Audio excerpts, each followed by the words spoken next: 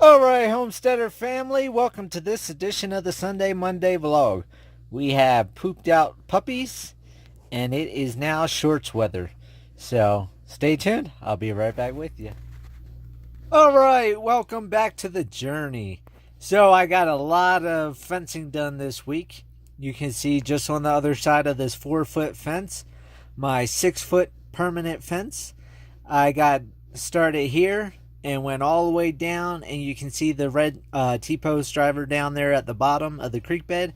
I got all the way down there, and then I'll work my way up and eventually get all the way up to the electric box at the top up there, and I go from there. So it was a beautiful day. We're getting ready to get a storm, and I'm going to get over on the other side, and I'll be right back with you to show you the rest. Alright, so we got Mr. Chubbs here. You can see they all been playing down in the creek. They're all muddy. And Mia Mouse was covered in mud earlier, but they're starting to dry out. And we got Mr. Max right here coming up. And there's the wood. I went ahead with the tractor this week. I got 2 loads of wood for me on the trailer and 2 loads of wood for my neighbor John. So I have 8 cords left to get. So I'll do that later in the summer and into the fall. And here's little Mia Mouse down here. Like I said, the mud's rubbed off because they've been wrestling in the dirt now. And here's the gates, the big entranceway. So I got the wrought iron there, the 2 T's, and the corner one on the far end. And I ran out of nuts, so I have to, when I go to town tomorrow on Monday, I'll go ahead, I'll get another one, and then do that post right there next to the chain link gate, and then go ahead and concrete that in, and then start coming out with the measurements to put this gate across the driveway here, and get everything set up so I can move my parking lot area for the excavator.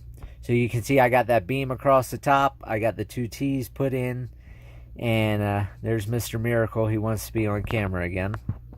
And then here on the back side, I also got the 2 T's, and then I went ahead underneath. You can see I got those little corner ones, and that's just for extra stability, extra strength. And now I'm not sure if I told you this, but I have to dig a hole there because where that pole is in the wrong spot. It has to be by that chain link gate. And then here's all the animals hanging out. They want to get fed, but it's only 1:45, so they're going to have to wait several more hours until feed time. Got Mr. Henry right there with Max. Got little Peaches and Mr. Miracle. He's always got to be right up on the camera. Pain in the butt. But like I said, or like I'll be saying in a little while, Miracle is really hard on the goats, and E.T. is hard on the animals too. So I put them and Dorothy in here. And I lost one of my animals, which I'll explain when I come back with you guys. But this is all the fencing I've done. You can see they're wire tied from the bottom all the way up. And I put them 3 feet apart instead of 4 foot apart like I did over there, because it gives it more stability and strength with the pigs. And before I only had it wire tied at the top and bottom, temporary. But this is permanent, so this is where it's going to be for now on. And then you can see in here, boom, I got all my Piggly Wigglies hanging out in here. And then it looks like Mr. Runt Pig got in a little fight with somebody and got a boo-boo on his ear. But that's what the pigs do. They fight each other for dominance. But it's never too bad anymore. So, but I did all this fence here. With that gas-powered T-post driver from Rhino. And you can see the fence went to that pole behind the chicken thing, went over to the pallets and then down and along. So what I'm doing is, you can see the fence up on the hillside. I'm going to move all the fence over, including what's on the hill. I'm going to move it over in line. So that way I can get the excavator down, work on the spillway. And then eventually I'll divide this pen in half, and I'm going to take that lower fence and take it all the way to the bottom of that rock up there on the hill, just so they have more space, and I get things going. And with the excavator coming next week, I'll be able, hopefully, get the spillway done, and then I can dig out the bottom of it. I can put in my forms and then pour the concrete U for the walls, and then start stacking the cinder blocks that I have, and I get that built up. And once that's built up, then I can backfill it, and everything will be set. So I've got a lot of fencing to still move and a lot of fencing to do, but it's coming along and I'm getting things done. And here's the beautiful peacocks and the roosters, and also there's that big pile of the dead brush. I brought all that over so it's in one area, which I'll burn in a fire pit or something. I'm not sure what I'm going to do with it yet. So everybody's happy. Everybody's doing good except my little incident. So, and one last thing, I'm not sure if I showed or not on the video I did the other day, but I went ahead and I bought this landscape rake. It's a heavy metal rake, and I got it for the back of the tractor. It ran me about $750, but all those rocks that are in the pig pen, I'm going to try to rake all the rocks down to the end and smooth everything out, and then bring in a bunch of mulch and hopefully build a good bedding system in there to compost. So I'll talk to you guys later. Enjoy. Alright, Homesteader family, so it's been another long week. I've had a lot of stuff going on. As you saw, I got a lot of fencing done. I've been doing nothing but fencing using that Rhino gas-powered T-post driver that they sent me to test out for 30 days. We had some snow towards the end of May. Today was beautiful, beautiful day. I'm here in shorts. Check that out, shorts. It is shorts weather now. But we do have a big thunderstorm, rainstorm rolling in. So it's almost 1 o'clock. It's 1:45, and I'm just going to call it a day. I've been out since 8 o'clock this morning working. So it's just a good relief. I got the AC going on here in the camper. I don't know if you can hear it. And I know I said I was getting the excavator this past Saturday, but it's booked out for a couple weeks. So possibly, if it gets returned and they can do the maintenance and everything to it, I might be able to get it this Saturday afternoon, this upcoming Saturday. If not, it's going to be pushed out one more week. So I'm next on the list. So I'm hoping I can get it, because I've got to get things started here. I got to get things going. And with the excavator, I'm going to clean out the creek bed, because you can see I still have those 8 bamboo plants there. I still got all these trees here. I still have these trees here that are going into leaves. And I need to get that creek bed cleaned out, so that way I can put up some fence in it, get the bamboo planted. I want to plant pumpkin seeds, squash plants, and all that stuff in the creek bed, because there's a lot of water. And when the creek does dry up, then the ground stays really wet down there, because the water runs underground. And I'm hoping to be able to produce a bunch of squashes, a bunch of pumpkins, and a bunch of bamboo before winter. And then come fall, I'll have a lot of stuff to feed, and I can also feed throughout the year, throughout the summer as the squashes grow, because squash should grow non-stop.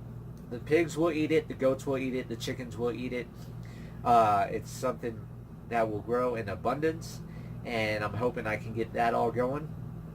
And then for the title of this video, why you shouldn't own a gun. Well, as everybody knows, I'm not anti-gun, so it's a little misleading on the title. But I had a rough week this week.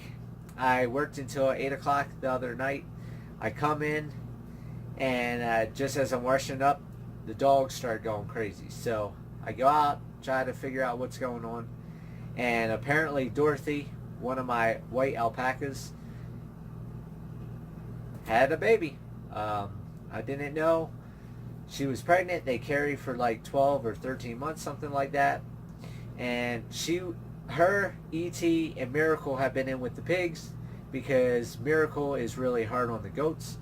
And so I've separated, and since E.T. and Dorothy stay together all the time, she didn't want to be in. She wanted to be in with E.T., so I did allow that. And I want to be mad at the pigs, but the dogs have killed more animals than the pigs have. And the pigs, by the time I got out there and figured out what was going on, what the dogs were going crazy about, I saw the pigs had the baby alpaca.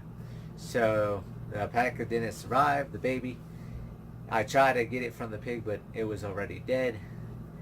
And they had bit the hind legs and gashed out the butt cheeks of Dorothy and hit some type of artery because there was blood just coming out.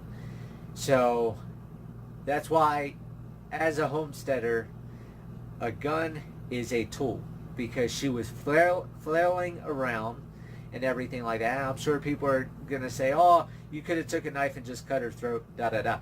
Well, when you got a 150-pound, 180-pound animal flailing around, good luck trying to get up there, let alone try to make her suffer more by missing the throat and everything like that. So a gun is a tool on the homestead. For those of you that haven't seen this channel before, don't know my story, a gun has saved my life multiple times. Back when I lived in Colorado Springs, it saved me when I had people trying to break into my house. I had a pit bull try to attack me at my old house, and my gun protected me and my dog. I've had a mountain lion try to kill me, and then now I need it as a tool for Dorothy. I had to put her down because, like I said, it's 8:30 at night. With all the blood loss and everything, there was no way I could get her to her vet. And I mean, for those of you that don't know about pigs, pigs are like land sharks. If there's blood or babies or things like that, pigs go nuts over it. And they're like piranhas, like sharks. And I mean, they did so much damage to her back legs and her butt and everything like that, that there was no other way, or no other option but to put her down. So, like I said, a gun is a tool in the homestead. It was easy to go out, line up the sight, wait for her head to stop for a second, get the shot in, and take care of what needed to be taken care of. So unfortunately, I lost the alpaca, and I'm really bummed out because here I would have had a baby alpaca. So this year is not my year for babies.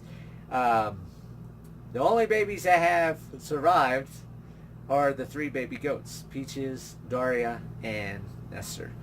I lost baby geese to the eagles that came in and the red-tailed hawks. I lost the baby pigs to the other pigs, and my little piglet that I raised to drown in a bucket, and now I lost a baby alpaca. So it is not my year for births on the homestead. Hopefully July, when I have the puppies, I should have no problem. I've done good with the last 2 litters, so hopefully this 3rd litter will be good. Or actually, first litter wasn't good because she ran off and had puppies in the woods, and I don't know where they were. So, not anti-gun. You need a gun on the homestead. It's a tool for those of you that are scared of guns. You know, it's everybody's option. And one thing that does tick me off, pet peeve, is people try to say, oh, I don't need a gun. Well, I don't try to force anti-gunners to go buy a gun at the store, and I don't try to pass laws to make everybody own a gun.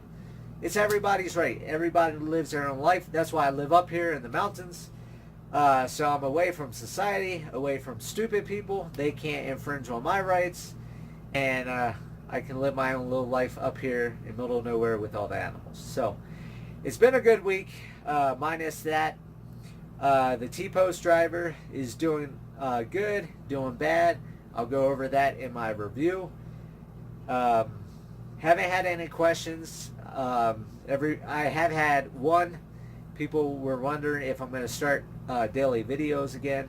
I'm going to try rest of today, since it's going to storm, to start editing videos and get a week's worth of videos together, so I have videos up until next week.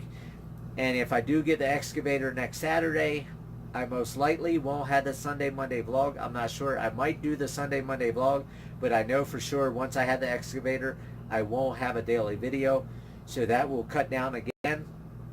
And I want to hand it to everybody again. People are sharing my videos, sharing the channel, sharing the journey, and we have broke 1,600 subscribers now. We are actually like 1,620 something last time I checked. As of last night, I haven't checked today. We're almost at 550,000 views. So I mean, it's just crazy how quick the channel is growing.